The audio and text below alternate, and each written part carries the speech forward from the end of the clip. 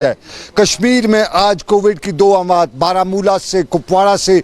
बारामूला का वो शख्स, वो खातून जो पिछले दिनों भी मारी गई थी कोविड से ही, आज उसके घर का, उसकी फैमिली का एक और शख्स मारा गया है। और कुल मिला के यही कहा जा सकता है कि कश्मीर में कोविड ने अपने जहरीले पंजे खोलने शुरू कर दिए हैं।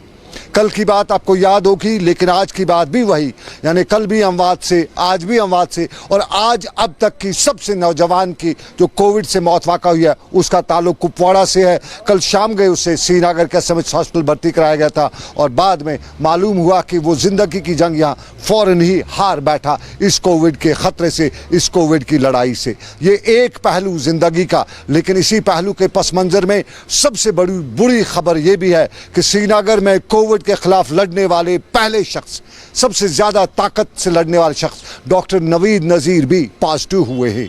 डॉक्टर नवीद नज़ीर कश्मीर के कोविड हॉस्पिटल यानी चेस्ट डिजीज हॉस्पिटल में पल्मोनोलॉजिस्ट हैं, हेड ऑफ डिपार्टमेंट हैं और कोविड से लड़ने के लिए वो पहले दिन से मुतहरिक थे। और शक की सुई पहले दिन से यही थी कि आखिरकार कोविड का मरीज जो है, कोविड का जो ये बीमारी है, ये डॉक्टर नज़ीर को पकड़ लेगी, क्योंकि सबसे ज़्यादा वायरल लोड श्रीनगर के इसी हॉस्पिटल में आता था। सबसे ज़्यादा पॉजिटिव केसेस अब तक इसी हॉस्पिटल से निकले हैं और माना यही जा रहा था कि यहाँ की इंतज़ामिया, यहाँ के एडमिनिस्ट्रेशन के साथ साथ यहाँ के मुलाजमीन पर यह कोविड अटैक ज़रूर करेगा, क्योंकि ये कोविड के ख़िलाफ़ पहला महाज खोले हुए थे। और श्रीनगर के इसी हॉस्पिटल के डॉक्टर नवीद नज़ीर के पॉजिटिव होने की तस्दीक खुद नवीद नज़ीर ने अपने ट्वीट में भी की है और उस ट्वीट में उन्होंने शुक्रिया भी अदा किया है और उम्मीद का इज़हार किया है कि इस कोविड की लड़ाई में कामयाब हम ज़रूर होंगे। लेकिन और भी पहलू हैं इसी कोविड के पस मंज़र में। यहाँ लॉकडाउन की बातें भी की जाती हैं और लॉकडाउन के हवाले से जहाँ अब किसी हद तक ओपन लॉकडाउन हो चुका है, अब लॉकडाउन की बात तो नहीं की जाती है। अब कहा जाता है कि लॉकडाउन के ख़त्म होने का या लॉकडाउन में रिलैक्सेशन का दूसरा दिन है, लेकिन उस पर भी अब बातें की जा रही हैं। और कुछ लोग ये भी कहते हैं कि जहां एक तरफ कोविड का जहर, कोविड का मरज़ जो है ख़तरनाक तरीके से मुंह फैलाए खड़ा है, फन फैलाए खड़ा है, वहीं जिस तरह की रिलैक्सेशन दी जा रही है इससे कहीं ये और ज़्यादा परेशान ना करे। और शहर में इस पर बात करते हुए आज ये भी बता रहे थे कि कुछ न कुछ तो करना है, पॉलिसी मेकर्स को अपनी पॉलिसी में तब्दीली लानी है।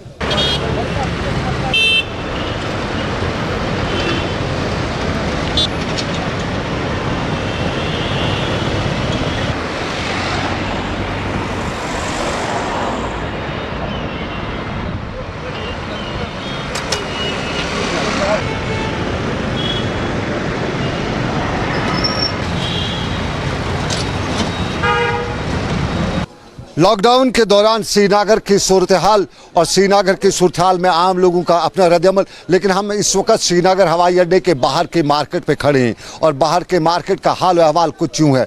कुछ लोग ये भी बताते हैं कि बाहर से जो लोग आते हैं हवाई अड्डे पे पहुँचते हैं, उनका वहाँ पे टेस्ट लिया जाता है, लेकिन उसके बाद वो निकल जाते हैं, बाज़ार में घूमने आ जाते हैं और बाज़ार में घूमते हुए ये पता नहीं होता है कि वो टेस्ट हैं या न वो पॉजिटिव हैं या नेगेटिव हैं। और यूँ श्रीनगर की सड़कों पर एक बड़ा ख़तरा लाता रहता है। और श्रीनगर के हवाई अड्डे की बाहर की इस मार्केट में फिजिकल डिस्टेंसिंग, सोशल डिस्टेंसिंग का दूर दूर तक कहीं नामो निशान भी नहीं देखने को मिलता है। और अक्सर लोग ये भी कहते हैं कि बड़ा खतरा श्रीनगर के हवाई अड्डे से शुरू होकर शहर के दूसरे इलाकों में भी पहुंच सकता है। ये शहर के हवाई अड्डे के आसपास की सूरत हाल, लेकिन इसी सूरत हाल में और भी मनाजिर हैं और भी मामलात हैं और उन मामलात में एक मामला सियासत का भी है, हालात का भी है, क्वारंटीन सेंटर्स का भी है और क्वारंटीन सेंटर्स के रेड जोन के इलाकों का है। श्रीनगर के रेड जोन के इलाकों की सूरत हाल भी हमने देखी और हमारे साथी इस इलाके तक गए भी। रेड जोन का बोर्ड आज भी है, लेकिन रेड जोन कहाँ है ये न उन्हें समझ आया है, न वीडियो देख के मुझे समझ आया।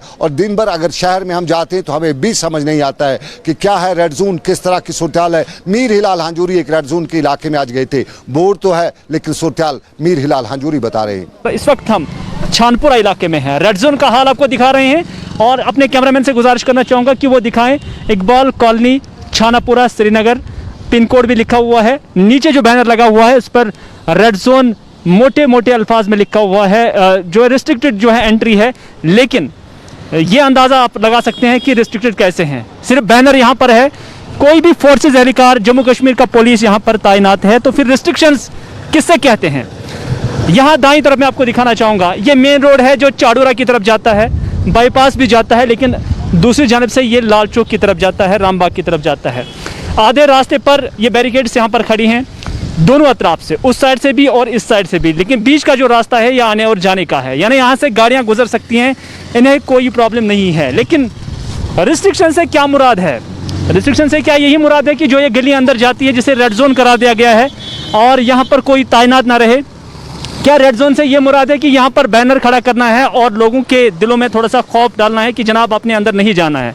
क्या पहले दिन भी यही रेड जोन यहाँ पर था जब जम्मू कश्मीर के अंदर या वादी कश्मीर के अंदर जो इनिशियल स्टेज पे कुछ केसेस निकले थे, क्या तब भी इसी तरह का क्राइटेरिया अपनाया जाता था या कि फिर गाइडलाइंस में किसी तरह की जो है तब्दीली लाई गई है? सैयद इरफान फाजिल भी मेरे साथ है। इरफान, क्या कहना चाहेंगे? ये इकबाल कॉलोनी का इलाका जहाँ पर रेड जोन करार दिया गया है, क्या आपको वाकई लग रहा है कि ये रेड जोन है?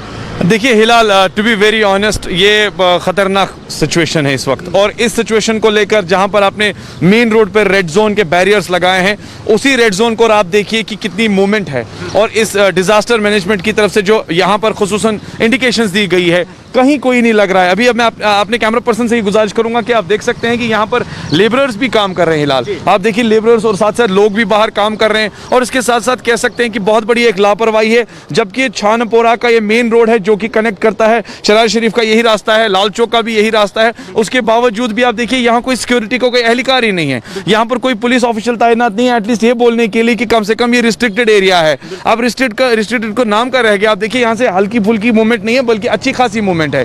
और जो कि मैंने ये भी सुना कि इस कॉलोनी में जब ये केस निकल के सामने नजर आया उसके बाद भी अभी लोग जो है आ जा रहे हैं इस कॉलोनी में, यानी मैं कह सकता हूँ एक बहुत बड़ी लापरवाही, और खुसूसन इस सिचुएशन को जबकि आप लगातार देख रहे हैं कि केसेस की तादाद बढ़ रही है, 150 का आंकड़ा कल भी हमने देखा, 50 का आंकड़ा पार हो गया है। गाइडलाइंस अपनी जगह पर है, लेकिन पहले जो हुआ करता था यहाँ पर गाइडलाइंस जिस तरह से फॉलो होती थी, अब लग रहा है कि गवर्नमेंट ने भी उसमें कहीं ना कहीं जो है नरम रवैया उस पर इख्तियार किया है, क्योंकि सरकार भी अब प्रेस नोटिस तक ही महदूद रही है, एडमिनिस्ट्रेशन भी प्रेस नोटिस तक महदूद रही है। दावे तो प्रेस नोटिस के जरिए काफ़ी कुछ किया जाता है, खबरों में भी बहुत कुछ बोला जाता है, लेकिन हम आपको ग्राउंड जीरो का हाल दिखा रहे हैं जब हम अभी यहाँ पर लाइव आपको ये सारी तस्वीर जो है दिखा रहे हैं। यहाँ से गुजारिश करना चाहूँगा कैमरामैन से कि वो यहाँ का हाल दिखाए, कितना ट्रैफिक यहाँ पर है, कोई पूछने वाला नहीं है, कहाँ से आते हैं कहाँ से चले जाते हैं।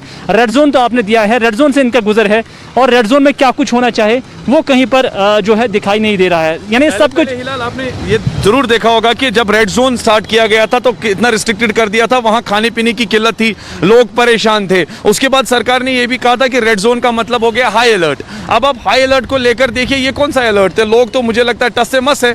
और स्पेशली अगर बात करें इसी एरिया के थोड़ा सा आगे अगर आप देखेंगे 100 गज का फासला, उसके बाद एक पुलिस स्टेशन की चौकी भी है, यानी हम कह सकते हैं कि सिक्योरिटी लैप्स है। जब सिक्योरिटी इस तरीके का व्यवहार कर रही है, आप देखिए किस तरीके की ग्राउंड पे सिचुएशन होगी। गवर्नमेंट ने या एडमिनिस्ट्रेशन ने इतना जरूरी समझा है कि यहाँ पर ये बैरिकेड्स खड़ा करने हैं, एक दो पोस्टर्स लगाने हैं और उनकी हक अदायगी होती हैं, और सब कुछ जो है अब लोगों पर छोड़ दिया गया है कि लोगों को क्या करना चाहिए कि उन्हें इस पोस्टर को या इस बैनर को पढ़ लेना चाहिए, लेकिन जो अनपढ़ होगा वो इससे क्या पढ़े।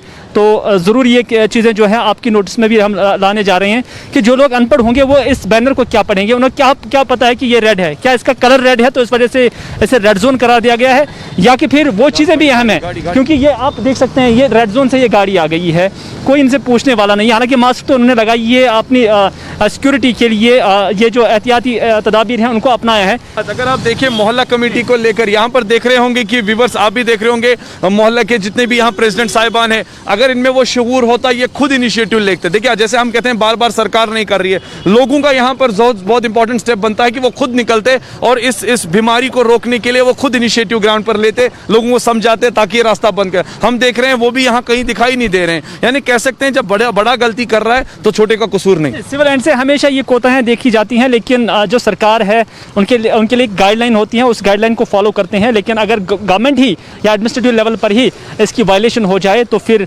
नतीजा यही है कि आए रोज़ पॉजिटिव केसेस का तादाद जो है लगातार बढ़ रहा है। तो यही एक नतीजा हो सकता है, यही एक वजह हो सकता है कि कश्मीर के अंदर अब 250 केसेस भी रोजाना आने लगे हैं। तो फिलहाल के लिए कि हमने आपको ग्राउंड जीरो दिखाया, मैं सैयद इरफान फाजिल आपका बहुत बहुत शुक्रिया कि आप हमारे साथ जुड़े हैं और मुफीद जानकारी आपने बहुत शुक्रिया आपका भी, और प्लीज व्यूअर्स से शेयर, और नाज़रीन का भी बहुत बहुत शुक्रिया कि आपने हमें अभी तक बर्दाश्त किया, और साथ ही साथ मैं अपने कैमरामैन समीर वानी का भी शुक्रिया अदा करना चाहूँगा, आबिद कादिर का भी शुक्रिया अदा करना चाहूँगा, और ऑनलाइन एडिटर साहिल भट्ट का भी शुक्रिया अदा करना चाहूँगा जिन्होंने ये नशरियात इस लाइव नशरियात के जरिए आप तक पहुँचाई है। फिलहाल के लिए बस इतना ही, मुझे दीजिए इजाज़त, खुदा हाफिज़, फ़ी अमानिल्लाह। रेड जोन एरिया का हाल देखा मेरे साथी मीर हिलाल हांजूरी ने। और नाज़रीन आपको बताएं, जब रेड जोन की बात की जाती है, लॉकडाउन की बात की जाती है, तब लॉकडाउन में रिलैक्सेशन की बात की जाती है, तब बताया गया था कि लोग खुद ख्याल रखेंगे। कितना ख्याल रखेंगे ये हमें श्रीनगर की सड़कों पर ही पता चल पाता है कि किस तरह का ख्याल रखा जाता है। और श्रीनगर हवाई अड्डे से शुरू हुई कहानी जब शहर श्रीनगर या वादी के दूसरे हिस्से में पहुंचती है तो रोंगटे खड़े कर देने वाली बन जाती है, क्योंकि आज भी 2 अमवात हुए हैं। सुबह 11 बजे जो पहला रिपोर्ट आया था उसमें 8 लोगों के पॉजिटिव होने की खबर थी। 6 उनमें से कश्मीर श्रीनगर से थे, 2 बारामूला से थे। और बताया जाता है कि तादाद सुबह ही बताई गई थी कि आज भी तादाद ज़्यादा हो सकती है, क्योंकि वायरल लोड की जो टेस्ट हैं वो बड़े तादाद में पहुंचे हुए हैं। और इसी सारे के बीच में कश्मीर में रेड जोन और क्वारंटीन सेंटर्स का हाल अहवाल। श्रीनगर में सूरत हाल आपने देखी, दूर दराज के इलाकों की क्या सूरत हाल है, ज़रा हम आपको कोकरनाग के क्वारंटीन सेंटर्स या एरियाज के हाल दिखाते हैं। वहाँ पे क्या सिचुएशन है, किस तरह लोग वहाँ से परेशान हैं, लोगों की बात अरबाब इक़दार तक पहुँचाते हुए वहाँ पे क्या देखा जा रहा है, क्या समझा जा रहा है, आपको दिखाते हैं। मे वो ड्राइव केस सारे खुद ज्यादा केस नंबर 10 पर ड्राइव केस सरवाड़ मन यानी कि 9 केस द्राय अकी वक्त बे द्राय 2 केस गई 12 केस तन पतन तो यदमस तान ये मे सिर्फ अख पटवार साहब बे एडमिशन आप थोड़ा बाकी न योर तहसीलदार साहब न SDM साहब न टोटल आव योर फोन करके तो रात गोस रेड जोनस में तुम तुम नजर दिन कि तुमो मारे तथन दोपे अस कुछ आव योर आज तान अस कमी क्या कोर न तुमुल न राशन न कह चीज अस कहें अस तीव सा बच कुन तरीक तुम लॉकडाउन कर हे योर मा खसने का नमो तुम कथ बचन सर सोन डिमांड अगर ये केस 10 द्राय यमन खेन चेन वातन बाकी सहूलियत वातन लॉकडाउन से क्या गई अगर बंद योतन थो लुक मरे। ये क्वारंटीन सेंटर्स का हाल और क्वारंटीन सेंटर्स के साथ साथ क्वारंटीन के आसपास के लोगों का हाल अहवाल। लेकिन दास्तान बड़ी लंबी है, आवाम के मसाइल बहुत से लंबे हैं। कुछ मामलात कुछ लोगों ने हमें कॉल किया, रात के वक्त भी किया, सुबह भी किया, दोपहर में भी किया और करते रहे। लेकिन उनका क्या कहना था ज़रा हम आपको दिखाते हैं, सुनाते हैं क्या बताया लोगों ने क्वारंटीन सेंटर्स के साथ साथ सूरत हाल के हवाले से। एजुकेशन डिपार्टमेंट CPW काम कर सर 5 रपये 10 रपये मंथली सैलरी मगर सर सत गई 6 वरी दिन कोता 6-7 वरी गई दिन वो ये साथ क्वारंटाइन सेंटर पे ये पेशेंट वेशेंट लग यमो ड्यूटी मगर इंतजाम सर कहीं न ग्लोव न हैंड वाश न बाकी सिस्टम एजुकेशन डिपार्टमेंट अगर वो तुम मेहरबानी कर तकलीफ कर मैं बोलता हूँ ग्लाउज कुछ दी सर यह क्वारंटाइन सेंटरस मज DC साहब दिया SDM साहब दिया या एजुकेशन डिपार्टमेंट दिया गो सर यह ड्यूटी आसनी क्या रपये 5 तनख्वाह तुम तक 6 वरी हेन दिवन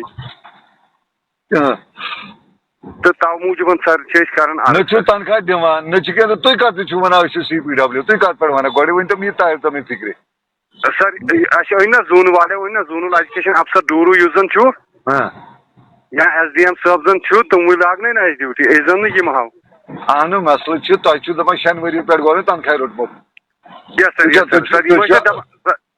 यम दपान तुम हसा करवा रेगुलराइजेशन पॉलिसी अच्छा मगर करक मा सर रेगुलराइजेशन पॉलिसी थी कि ये बात लोगों ने क्या बताया। पहुंच हमारी वहां तक नहीं, लेकिन टेक्नोलॉजी का इस्तेमाल करते हुए लोग दाद बिदाद हम तक पहुंचाते हैं, हम अरबाब इक़दार तक पहुंचाने की कोशिश करते हैं। और दाद बिदाद में अगर देखा जाए तो बहुत से मामला थे। एक मामला यहाँ पे सियासत का अलग, लेकिन हमारे यहाँ जब इंसानों की बात की जाती है तो जानवरों की बात भी करनी ज़रूरी है। हमारे यहाँ एनिमल हस्बेंड्री के साथ साथ शीप हस्बेंड्री भी डिपार्टमेंट एक है और शीप हस्बेंड्री डिपार्टमेंट के हवाले से कहा जाता है कि इन दोनों लोगों को जो शीप्स जिन लोगों ने पाल रखे उनकी शेविंग करनी है, लेकिन शीप हस्बेंड्री डिपार्टमेंट दूर दूर तक कहीं नजर नहीं आ रहा है। और श्रीनगर के नज़दीकी इलाका मागाम के इलाके के लोगों की शिकायत है कि वहाँ शीप हस्बेंड्री के महकमे का दूर दूर तक पता भी नहीं है।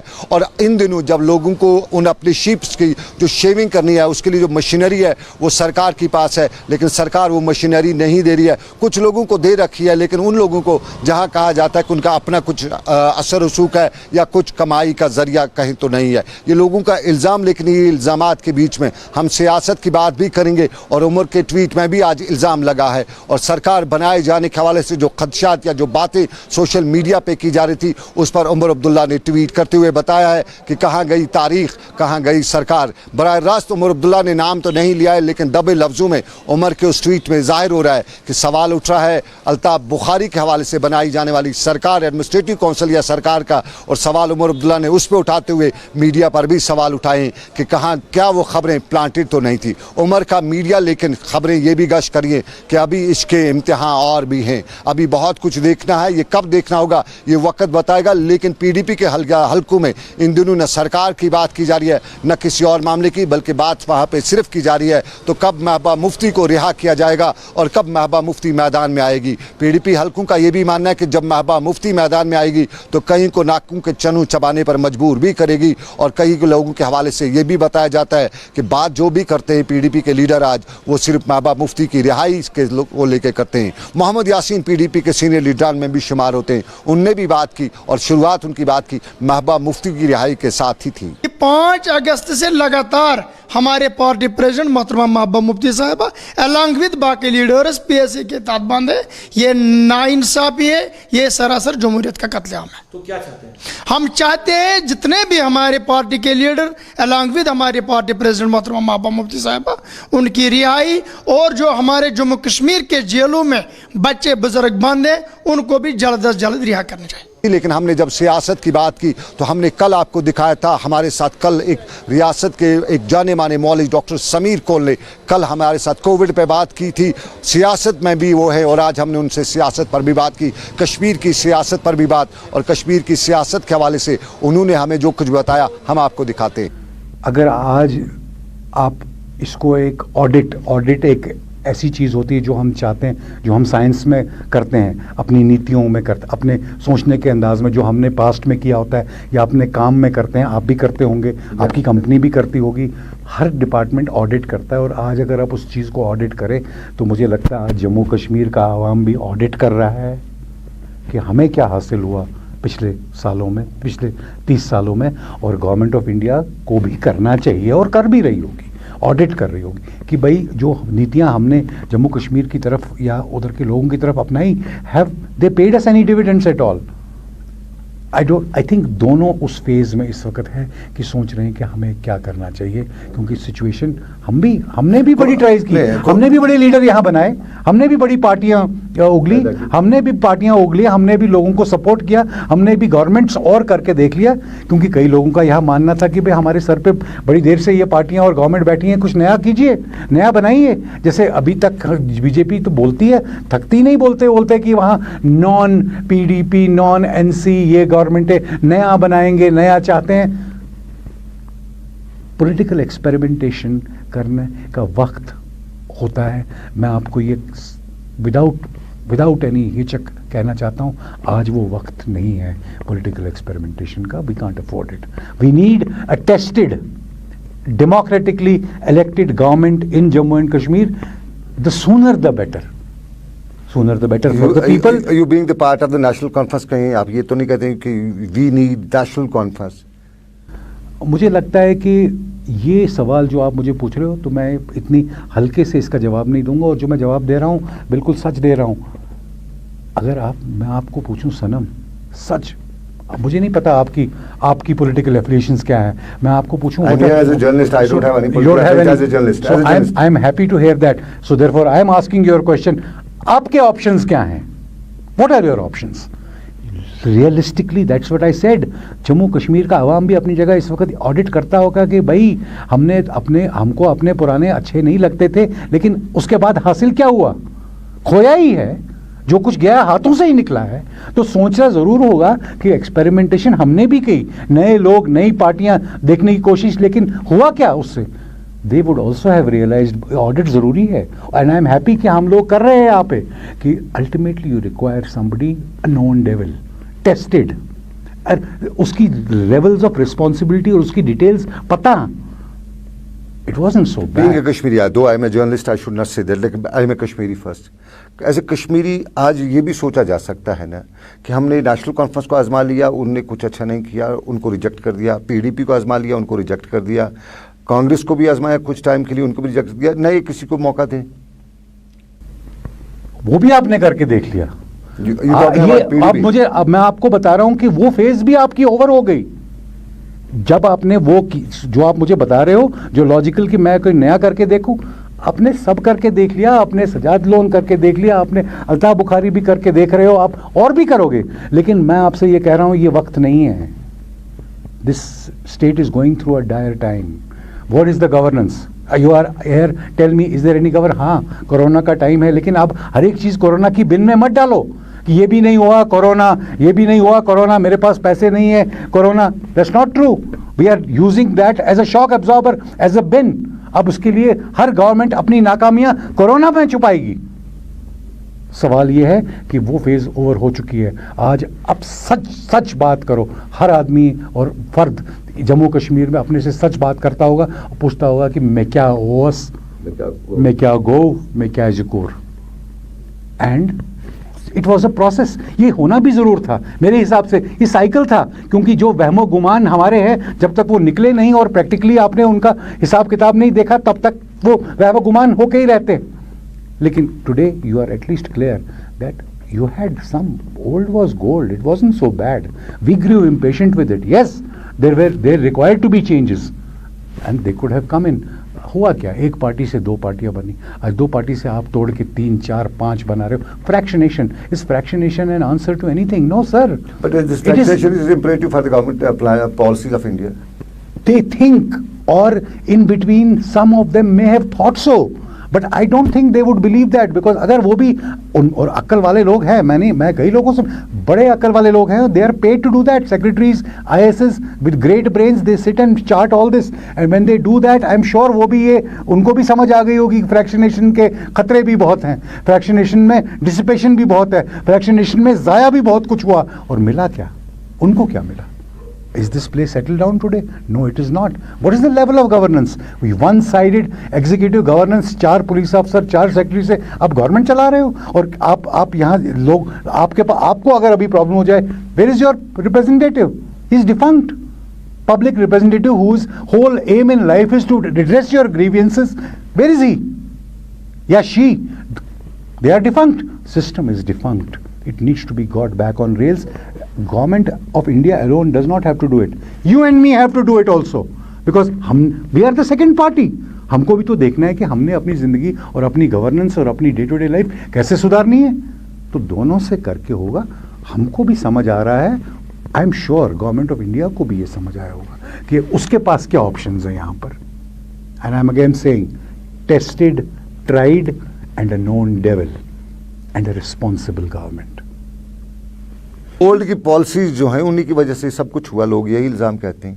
लाइक हमारे 5 अगस्त का डिसीजन भी ओल्ड की पॉलिसीज से हुआ है। 1947 से अगर ओल्ड वालों के पास 5 अगस्त का जो फार्मूला चेंज किया गया वो था, अब तक उसको कभी उसको इम्प्लीमेंट इन टोटल में नहीं किया, वहीं पे भी लोचा रखा, और उन्हीं की पॉलिसीज़ की वजह से सब कुछ इस वक्त कहा जाता है। वो इसलिए था क्योंकि वक्तन फ़वक्तन जो लोग थे उनका ये मानना था और उनका ये सोचना था कि जो भी होगा वो लोग सोच समझ के खुद करेंगे, कंसेंट करेंगे। देखें, मैं अगर यही जो 5 अगस्त में हुआ कि यहाँ से जो आर्टिकल हटाया, 335 हटाया, 370 को ख़त्म किया, अगर ये यहाँ के लोग कहते कि इसको करिए तो कोई प्रॉब्लम नहीं थी। अगर हम चाहते, मैं चाहता कि ये उठे, मेरे से बात करके ये बात की होती और उसका करने का तरीक़ाकार दूसरा होता और उसको क्लियरली दिखाया होता कि भाई ऐसे करके ऐसा होगा, ऐसे करके, तो कुछ और बात होती। Force is the problem. People do not respond to force uniformly.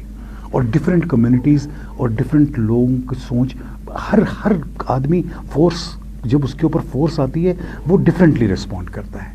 कुछ लोग meekly surrender करते हैं, कुछ लोग revolt करते हैं। But history, government of India knows very clearly that Kashmiris are not a people who will surrender meekly. They never did. They haven't done so. It's a highly emotional, politically aware race. They will always resist. आप resistance के levels देखिए, जो लोग खुश नहीं हैं उन्होंने बंदूक नहीं उठाई है, लेकिन वो खुश नहीं है, बंदूक एक चंद लोगों बच्चों ने उठाई है, चंद लड़कों ने उठाई है। मैं नहीं कहता हूं कि वो सही है, लेकिन मैं कह रहा हूं कि लेवल्स ऑफ रेजिस्टेंस हैं, लेकिन आम जनता जो है खुश तो नहीं है। डॉक्टर कोल साहब, थोड़ा सा इस सारे मामले में जब ये 35 से याद जाता है, थोड़ा सा, because you belong to Kashmiri Pandit community, आपकी कम्युनिटी के एवरेज लोग जो हैं, एवरेज मैं कहूँगा, सबकी नहीं कहूँगा, एवरेज लोग जो हैं वो इस फैसले से बड़े खुश हैं, और आपके कम्युनिटी के कुछ लीडर, सो कॉल्ड लीडर, जो अपने आप को लीडर भी कहती हैं, वो जब टेलीविज़न चैनल्स पे स्टूडियोज़ में बहस मुबास में आते हैं तो वो इस रिलेटेड कश्मीरियों को बहुत ही उस तरह के बयानात देते हैं जिस तरह लगता है कि दूरी बहुत है। क्या वाकई में एक कश्मीर के दो भाइयों की, पंडित की, मुसलमान की दूरियां हैं?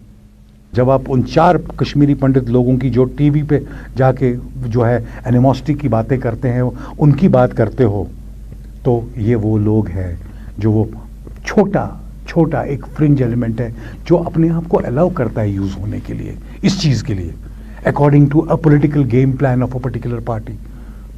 Rest of the people are not like that. They are also, जो मेन स्टेज, जैसे मैंने कश्मीरी मुसलमान का कहा कि वो खुश नहीं है, वैसे ही वो लोग भी खुश नहीं है सिचुएशन से। और जो गांव के लोग हैं, मैं आपको दावे से कहता हूं, आप उनसे बात कीजिए, जो गांव खोया तो गांव वाले ने, जो शहर वाला था उसकी तो अपॉर्चुनिटीज बढ़ गई, वो पढ़ा लिखा था, उसने अपनी पढ़ाई लिखाई को इस्तेमाल करके अपने लिए ज्यादा बेहतर जिंदगी बनाई। रियासत के जाने माने मुआलिज हमारे साथ बात कर रहे थे। सीरीज़ हमने कल कहा था हम सीरीज़ करेंगे, हमने डिफरेंट एस्पेक्ट्स पर उनसे बात की है, वो जारी रहेगा। लेकिन आपको बताते चलें, कल नशा मुखालिफ दिन भी था, और तंबाकू मुखालिफ दिन के हवाले से कल कोई बड़ी तकरीब तो नहीं हो सकी, लेकिन तकरीबात की बात करें तो हमारे नौजवानों ने पैगाम दिए भी हैं। एक बच्ची ने हमें श्रीनगर से कल के दिन के हवाले से पैगाम दिया है, और वो पैगाम हम आप तक बराह रास्त पहुँचाते हैं। अकीला ये बच्ची हमारी श्रीनगर की से ताल्लुक़ रखती है, और उसने कोविड के साथ साथ जो नशा मुखालिफ मुहिम है हमारी, जो नशा मुखालिफ दिन था, उस पर जो पैगाम दिया है आप तक पहुँचाते हैं। You're not merely a smoker, but a father, son, daughter, or a friend to somebody. In an attempt to escape the pain, you gift yourself a slow death. It not only affects you, but your loved ones, both emotionally as well as physically. It's time you give up and seek help. ये हमारे बच्चों का पैगाम, कल नशा मुखालिफ दिन पे हमारे बच्चों का पैगाम। लेकिन बात जब बच्चों की आ जाती है तो इन दिनों कोविड के डर के हवाले से हामला खवातीन का पॉजिटिव टेस्ट किया जाता है।